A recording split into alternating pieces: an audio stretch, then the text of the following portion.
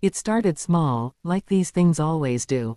A few weird social media posts, comments no one remembered writing, pictures that looked familiar but had captions that made your stomach twist. It got worse from there. Fake profiles with stolen family photos, ones only a handful of people had access to, some taken from angles only someone inside the moment could capture. The worst part, no one could prove anything. Facebook and Instagram ignored our reports. It was just online drama to them. But when someone made a fake profile pretending to be my mom, it turned serious. She lost 3 longtime friends after she posted cruel things about their kids and cooking. Mom came home in tears from the grocery store after one of them refused to speak to her.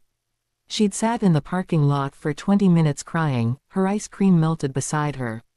Dad started documenting everything. He made a spreadsheet with times, dates, screenshots. He even bought a printer specifically for this. "We might need this for legal stuff one day," he said, even though we all knew how expensive lawyers could be. Still, we kept documenting. It didn't stop her. Then she showed up at Leo's daycare. The director called my aunt in a panic. A woman claiming to be Leo's aunt tried to pick him up. She had his full name, birthday, even knew about his dinosaur backpack and his peanut allergy. The staff didn't fall for it, thank God. My aunt had warned them after Veronica caused a scene at Leo's birthday. But she made a huge fuss. Yelled about family rights, waved printouts of family photos around like they were court orders. She tore out of the parking lot before police arrived, leaving tire tracks and a toppled sign behind. We had a family meeting. Everyone came except Veronica. We tried to figure out what to do. Block her. Make fake accounts to fight back. Go to the police. My dad pushed for calm. Document everything. My aunt looked exhausted. She kept checking her phone like Veronica might pop out of it. Then came anonymous emails to her job, accusing her of being an alcoholic and endangering children. HR had to investigate. Her promotion was paused. 8 years of spotless work undone by a smear campaign. Jake, my cousin, kept sending me screenshots. Veronica had moved on from pregnancy lies to financial threats. She wanted $3,000 for imaginary baby items. She even itemized them. Jake was stressed, he's a teacher. He didn't have that kind of money. And she'd told stories while they were dating, about ruining people who crossed her. Roommates evicted over yogurt. Coworkers fired through anonymous complaints. Karma, she called it. With a little help. Then my tires were slashed. All 4 clean cuts. The tire guy said it looked like someone who knew what they were doing. I filed a report, but the police officer looked bored. He gave me a case number and moved on. That same week, my cousin Brandon got reported to his landlord for subletting.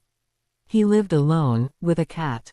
Another anonymous complaint. The fake accounts multiplied. They messaged distant relatives asking for money. They used recent pictures and personal details only a family member would know. Our grandma's 80th birthday was coming. We'd been planning it for months. Then she got flowers. 24 roses. Can't wait to celebrate with you. Love, Veronica. Grandma called my mom in tears. She didn't want drama at her party. She just wanted cake. The roses sat like a threat on the kitchen table.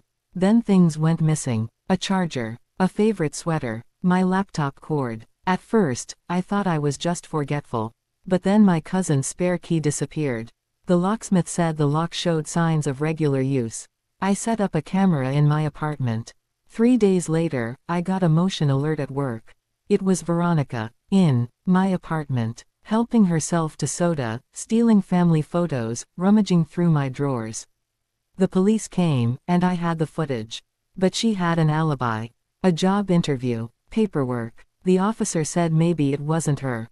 Maybe it just looked like her. I knew it was her. But apparently, that wasn't enough. She started tracking us, showing up when we weren't home.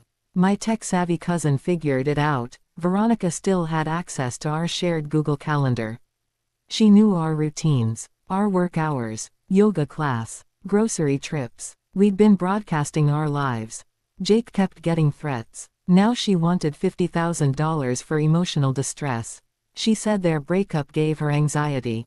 She said they were still together, showed up at his school with lunch. Told coworkers they were dating. It was terrifying. Then came the anonymous calls to the daycare. The creepy packages to my mom's office. The physical letters mailed to extended family members with cruel, false gossip made to look like it came from us. Some people believed it, others didn't. My mom cried after one call from her sister, accusing her of being judgmental. Old wounds reopened. 3 days before the party, we had another emergency meeting. We decided on a quiet plan. 2 cousins would hang out near the door. Jake would park outside and act as lookout. He insisted, said he felt responsible for introducing Veronica to the family. The night before the party, none of us slept. We baked, stress cleaned, sat up staring at cameras. Jake blocked 15 phone numbers from Veronica that night. But the decorations went up. The music was ready. We were determined to give Grandma the day she deserved. Then we found the gift. Silver paper, red bow. From your loving granddaughter Veronica. Inside was a photo album, each picture defaced, labeled with cruel captions. We threw it away. Didn't tell Grandma, but our nerves were shot. At 2 p.m., guests arrived. Grandma looked beautiful in purple. For a moment, it was perfect. Then the text came. She's here. Veronica walked in smiling like nothing had happened. Jake intercepted her. She got loud. Grandma saw and walked over. Veronica, she said, I think you should leave. Veronica exploded. Accused everyone of favoritism. Pulled out papers as proof. Called us liars. When she reached for the cake, Brandon grabbed her. 4 people had to hold her back. Jake called 911. She broke free and ran. Tires squealed in the lot. Grandma sobbed. The party felt ruined, but my uncle clinked his glass. The DJ played her favorite song. Slowly, joy returned. The cake survived. People danced. It wasn't perfect, but it was ours. Later, we found a tracker under a table. A bug. Veronica had been spying in person. We gave it to Jake. That Monday, Veronica was arrested by the FBI. Turns out she'd threatened a politician using one of her fake accounts. They'd been investigating her for weeks. We were just her biggest targets. But not her only ones. There were hundreds. The CPS case closed. HR drama faded. Grandma's tears dried. Jake started dating Emma, my coworker. They hit it off. Life got boring again, and thank God for that. Veronica took a plea deal, 5 to 7 years. She never responded to Grandma's letter, the one wishing her healing. At sentencing, Jake said she looked small, quiet. Just nodded. No outbursts. Thanksgiving came. No drama. No Veronica. Grandma accidentally set a place for her. Quietly removed it. Marky turned 7. Same party theme. No chaos. Just cake. We don't talk about Veronica now. But we're closer. Stronger. We survived. And we're not letting anyone ruin our memories again. Especially not a woman who called it karma with a little help. Her story ended behind bars. Ours kept going. Stronger, safer, and more united than ever.